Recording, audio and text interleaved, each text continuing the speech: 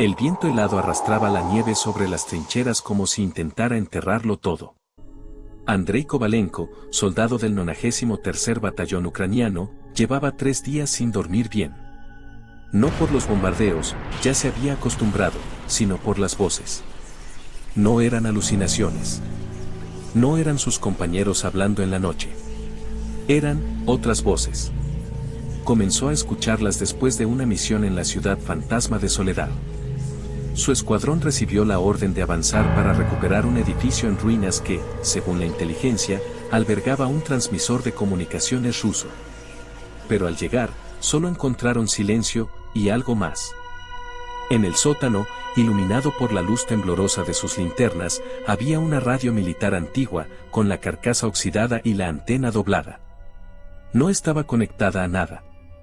Aún así, emitía una estática irregular, como un susurro distorsionado. Andrei se acercó, creyendo escuchar un mensaje codificado. Pero las palabras eran claras, demasiado claras. Andrei, tú no saldrás de aquí. Sus compañeros lo miraron, confundidos, cuando él retrocedió de golpe. ¿Qué pasó?, preguntó Misa, el francotirador del equipo. Esa radio, me habló. Nadie le creyó. Reían, diciéndole que la falta de sueño le estaba jugando malas pasadas. Pero esa misma noche, mientras dormían en el sótano, la radio volvió a encenderse sola y transmitió algo más. Ya los vi a todos. Solo uno regresará. A la mañana siguiente, la nieve había cubierto la entrada, y las huellas que llevaban hasta allí ya no existían.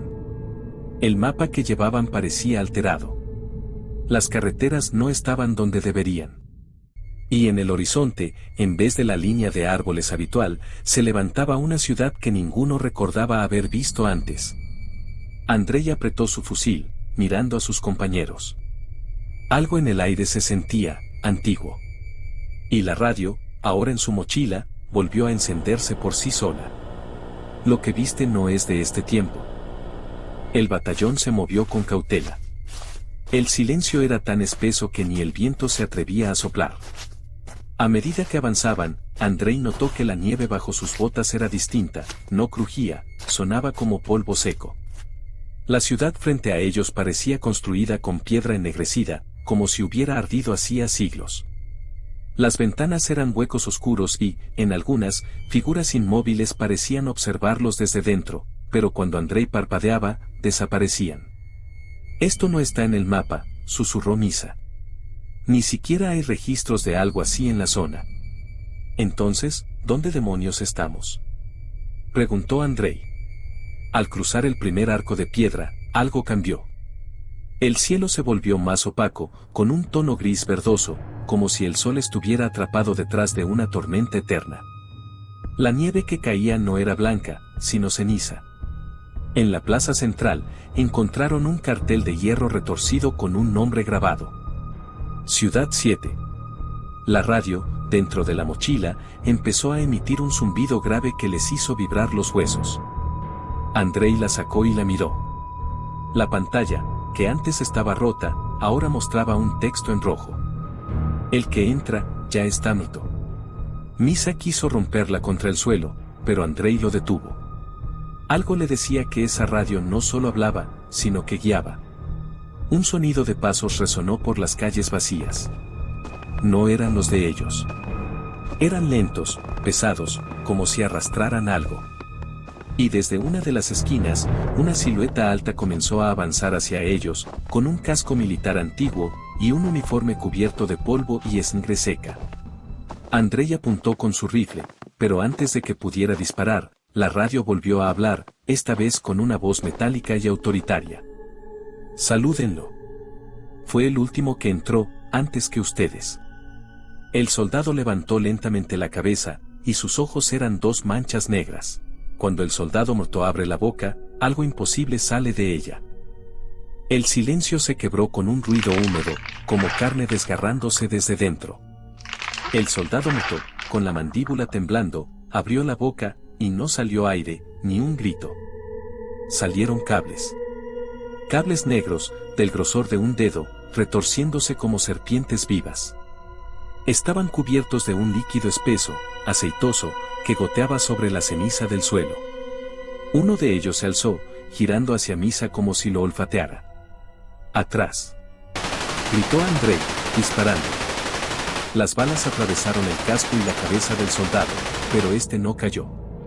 Los cables salieron en enjambre, pegándose a las paredes, al suelo, a las botas de los hombres, como si quisieran anclarlos al lugar. La radio comenzó a emitir una transmisión en bucle. Integrando nuevos operadores.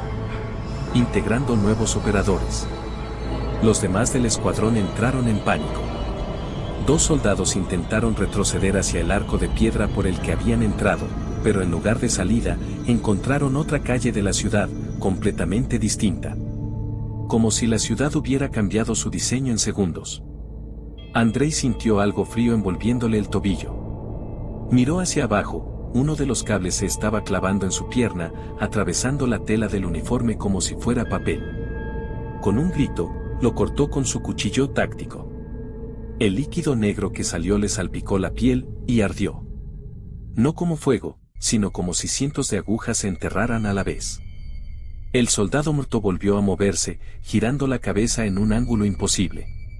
De su boca surgió un murmullo, no ruso, no ucraniano, sino algo que no pertenecía a ningún idioma humano. Y, sobre ellos, las ventanas empezaron a llenarse de siluetas. Decenas. Mirando. Sin moverse. La radio habló de nuevo. Uno de ustedes ya ha sido elegido. El eco de las palabras de la radio resonó en las paredes como un veredicto inapelable. Todos en el escuadrón se miraron, respirando agitados, con el sudor helado pegado a la frente. ¿Qué demonios significa eso?, preguntó Misa, con el dedo en el gatillo. La radio respondió sola, como si entendiera la pregunta. Número 2. Los hombres se quedaron inmóviles. Número 2 era la designación táctica de Iván Petrov, el médico del grupo. Iván retrocedió instintivamente, levantando las manos. Esto es una broma, ¿verdad? Digan que es una broma. Pero en ese momento, las siluetas en las ventanas comenzaron a moverse. No caminaban, se deslizaban, como si no tocaran el suelo. Cada una de ellas giraba la cabeza hacia Iván, sincronizadas, con un solo sonido, un crujido seco, como huesos al romperse. ¡Corran!, gritó Andrei. No hizo falta repetirlo. Los hombres se lanzaron calle abajo, pero la ciudad parecía alargarse. Cada esquina llevaba a otra calle idéntica, y el arco por el que habían entrado ya no estaba en ninguna parte. Los pasos detrás de ellos se multiplicaban, aunque nadie corría, era como si el sonido mismo los persiguiera. De repente, Iván gritó. Un cable negro, grueso como un brazo, lo había sujetado desde una de las ventanas y lo levantó en el aire. Los demás intentaron disparar, pero las balas parecían perder fuerza, como si el aire mismo las detuviera. La radio empezó a emitir un pulso, como un latido, sincronizado con los movimientos de Iván. Integración iniciada. El rostro de Iván se volvió blanco, sus ojos hundidos. Y de su boca comenzó a salir un humo denso, que no se disipaba, sino que tomaba forma. Una forma humana. Esa figura de humo giró la cabeza hacia Andrei y pronunció con voz hueca. Si no entregas la radio, él tomará tu lugar. El humo que salía de la boca de Iván se enroscaba alrededor de Andrei como un depredador oliendo a su presa. Podía sentir cómo su corazón latía al mismo ritmo que los pulsos de la radio, como si algo invisible lo estuviera sincronizando con la ciudad. Misa gritó. Andrei, tírala. Tira esa maldita cosa. Pero Andrei no se movía. Sabía, en lo más profundo, que la radio no era solo la causa, era también la única guía para salir de allí. El humo habló otra vez, con un eco que se colaba bajo la piel. Entrégala, y uno de ustedes vivirá. Por un segundo, Andrei pensó en soltarla. Imaginó a Iván cayendo al suelo, libre, y a todos corriendo hacia una salida que tal vez reaparecería. Pero algo dentro de él no le permitió hacerlo. Era como si la radio misma se aferrara a sus manos. No, susurró. Y en ese instante, la ciudad reaccionó. Un temblor recorrió las calles, y los edificios, en lugar de derrumbarse, comenzaron a inclinarse hacia adentro, como si intentaran cerrarse sobre ellos. Las siluetas en las ventanas comenzaron a caer desde lo alto, pero no como cuerpos, sino como líquidos oscuros que salpicaban el suelo y se movían hacia ellos a una velocidad imposible. Misa disparaba sin parar, pero el líquido se fragmentaba y volvía a unirse, trepando por sus botas. Iván, suspendido todavía por el cable, comenzó a gritar, aunque su voz ya no era completamente humana. El humo que lo rodeaba creció, y de él surgieron manos, decenas de manos hechas de ceniza y sombra, que comenzaron a arrastrar a cualquiera que estuviera cerca. La radio en manos de Andrei vibró tanto que casi se le escapó, y en la pantalla apareció un nuevo mensaje. Ya no todos están vivos. El mensaje en la radio aún brillaba cuando un grito cortó el aire. Serij, el operador de ametralladora, fue el primero en ser alcanzado. Una de las figuras líquidas saltó hacia él, trepando por su pecho como si buscara un punto débil. Antes de que pudiera reaccionar, el líquido le cubrió el rostro. Sus manos intentaron arrancarlo, pero se hundieron en la sustancia como si fuera lodo caliente. El olor a carne quemada llenó la calle. En segundos, Serij dejó de moverse. El líquido se retiró, y lo que quedó no era un cuerpo. Era una estatua de ceniza sólida, con la boca abierta en un grito congelado. Un viento helado barrió la calle y, al tocar la figura, ésta se desmoronó en polvo que fue absorbido por el suelo. El temblor volvió, más fuerte, y Andrei comprendió que la ciudad se alimentaba. La radio mostró un nuevo texto, más largo esta vez. Integración completa. Energía absorbida. Expansión iniciada. Misa, pálido, miró a Andrei. ¿Expansión? ¿Qué diablo significa eso? Entonces lo vieron. En el horizonte, donde antes no había nada más que ruinas, comenzaron a aparecer nuevos edificios, como si la ciudad estuviera construyéndose a sí misma en tiempo real, alargando sus calles, levantando torres retorcidas que parecían hechas de huesos y metal oxidado. Las siluetas se multiplicaban, ocupando cada ventana, cada esquina, cada sombra. Todas miraban al grupo. Todas se movían hacia ellos. La radio vibró otra vez y, esta vez, la voz no era robótica, era humana. Una voz rota, débil, pero inconfundible. Era Serij.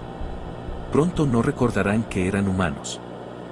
El eco de la voz de Serij aún flotaba en el aire cuando Andrei sintió un dolor agudo detrás de los ojos, como si algo estuviera raspando su cerebro.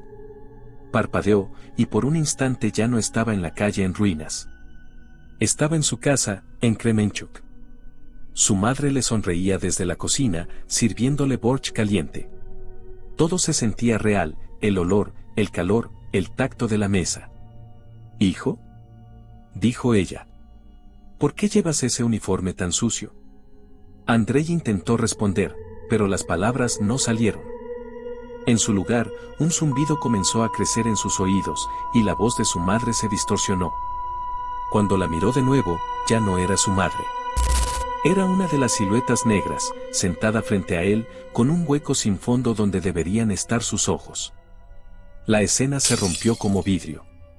Volvió a la calle, jadeando. Misa lo agarró por los hombros. «También lo viste, ¿verdad?». Estaba con mi hija, en el parque, pero ella no tenía boca». Iván, aún colgado por el cable, reía. «Ya está empezando, pronto no recordarán quiénes son, y entonces serán libres». Las calles cambiaban a su alrededor, mostrándoles escenas que no les pertenecían. Un hospital lleno de cadáveres con uniformes soviéticos, una escuela donde los pupitres estaban ocupados por cuerpos inmóviles, un desfile militar que avanzaba en silencio. Cada visión dejaba un hueco en su memoria. Un nombre menos que recordar. Un rostro que se borraba. Andrei miró sus propias manos, y por un segundo, no supo si alguna vez habían sostenido un fusil. La radio habló, esta vez con la voz de una niña. «Cuando olvides tu hogar, tu cuerpo será mío». El frío se volvió insoportable. No era el clima, era como si la temperatura viniera de dentro de sus huesos, robándoles el calor desde la médula. Ole, el más joven del escuadrón, se detuvo en seco, con la mirada perdida. ¿Ole?, preguntó Andrei. ¿Qué ves? Mi casa, susurró. Estoy, en mi casa. Pero mientras hablaba, su voz comenzó a fragmentarse, como si fueran varias voces al mismo tiempo. La radio empezó a emitir una frecuencia aguda, tan alta que hacía sangrar los oídos. Ole dejó caer el rifle y comenzó a caminar hacia una de las paredes de un edificio cercano. No la esquivó. La atravesó. Pero no desapareció. Su cuerpo comenzó a fusionarse con la piedra ennegrecida, como si la pared lo absorbiera lentamente. Primero las manos, luego el torso, la piel estirándose como arcilla húmeda para unirse al muro. «Ole, no», gritó Misa, corriendo hacia él. Cuando lo tocó, sintió que la carne de su compañero ya no era carne, era fría, rugosa, y se estaba endureciendo. Ole giró la cabeza hacia ellos. Sus ojos se habían vaciado, reemplazados por un brillo gris opaco. Sonrió, pero la sonrisa se estiró demasiado, rompiendo la piel de las comisuras. La radio habló con una claridad escalofriante. Identidad borrada. Recurso integrado. La pared empezó a latir, como un corazón gigantesco, y en su superficie apareció el rostro de Ole, inmóvil, pero con los labios moviéndose en silencio, repitiendo algo que ninguno alcanzaba a oír. Detrás de ellos, las calles se cerraban. La ciudad 7 estaba acortando las salidas. Y la radio mostró un nuevo mensaje. Quedan 2 latidos antes de que la ciudad respire. El suelo comenzó a latir. No como un temblor, sino como un pulso vivo que recorría cada piedra, cada muro, cada calle. Misa se llevó las manos a los oídos. No es un sonido, es dentro de mi cabeza. El aire se volvió espeso, como si respiraran bajo el agua. Cada exhalación se mezclaba con un vapor gris que no venía de sus pulmones, sino de la ciudad misma. La ceniza que caía del cielo empezó a elevarse, flotando hacia arriba como si la gravedad se hubiera invertido. Y entonces, la ciudad inhaló. Las calles se estiraron, los edificios se elevaron como torres de carne y metal, y las siluetas negras fueron arrastradas hacia lo alto, deslizándose por las paredes como insectos gigantes. Andrei sintió que sus pies se despegaban del suelo. La radio en su mano vibraba como si fuera a estallar, y en la pantalla apareció un mensaje que cambiaba letra por letra. Última oportunidad, adéntrate en el núcleo o serás parte de la piel. El núcleo. Andrei no sabía qué era, pero su instinto le gritaba que era el corazón mismo de la ciudad, y que, tal vez, allí encontraría una forma de acabar con todo. O morir. Misa, jadeando, lo miró. Si vamos, no saldremos. Si no vamos, ya estamos muertos, respondió Andrei, ajustando el fusil y la radio en sus manos. El suelo volvió a temblar. La ciudad exhaló, y el viento que soltó empujó a ambos hacia un callejón estrecho que no estaba allí un segundo antes. Era como si la ciudad misma les abriera un camino, hacia adentro. La radio habló, con una voz que ya no era robótica, ni humana, sino una mezcla imposible. El corazón espera. El callejón se torcía como una espiral infinita. Cada paso que daban, las paredes parecían acercarse, palpitar, filtrando un líquido negro que corría hacia sus botas. Andrei sentía que algo le susurraba dentro del cráneo, no en un idioma, sino en una secuencia de imágenes. Rostros de todos los que habían entrado antes, y la forma en que murieron. Al final, el pasillo desembocó en una sala circular. El techo no existía, en su lugar, una cúpula orgánica pulsaba como un diafragma respirando. En el centro, suspendido por cientos de cables negros, estaba el corazón. No era humano. No era máquina. Era ambas cosas. Un órgano gigantesco, de carne y metal oxidado, con arterias que se extendían por toda la ciudad. En su superficie se veían rostros, miles, congelados en un rictus eterno. Entre ellos, el de Ole, el de Serich, y docenas de soldados que jamás volverían a casa. La radio en manos de Andrei se encendió sola, mostrando un solo comando. Conectar. Si lo hago, dijo Andrei, tal vez pueda destruirlo. O tal vez te destruyas tú, respondió Misa. Antes de que pudiera decidir, varios cables cayeron del techo como serpientes, enrollándose en torno a Misa y arrastrándolo hacia el corazón. Su grito se perdió en un sonido grave, como un latido que lo absorbía. La carne del corazón se abrió para recibirlo, sellándose en segundos. Andrei, con el pulso acelerado, colocó la radio contra su pecho. La pantalla mostró: integración voluntaria detectada. Sintió un dolor indescriptible cuando los cables atravesaron su armadura y piel, fundiendo su cuerpo con el metal del núcleo. En su último instante consciente, entendió la verdad. La Ciudad 7 no era un lugar. Era un transmisor. Y cada alma integrada era una antena viva, enviando la señal a otro punto del mundo, esperando a que alguien más escuchara. La radio, ahora en el suelo, comenzó a emitir. Gracias por sintonizar Ciudad 7. Su transmisión comenzará pronto. La imagen se disolvió en negro. Y, en algún lugar lejano, una radio antigua se encendió sola.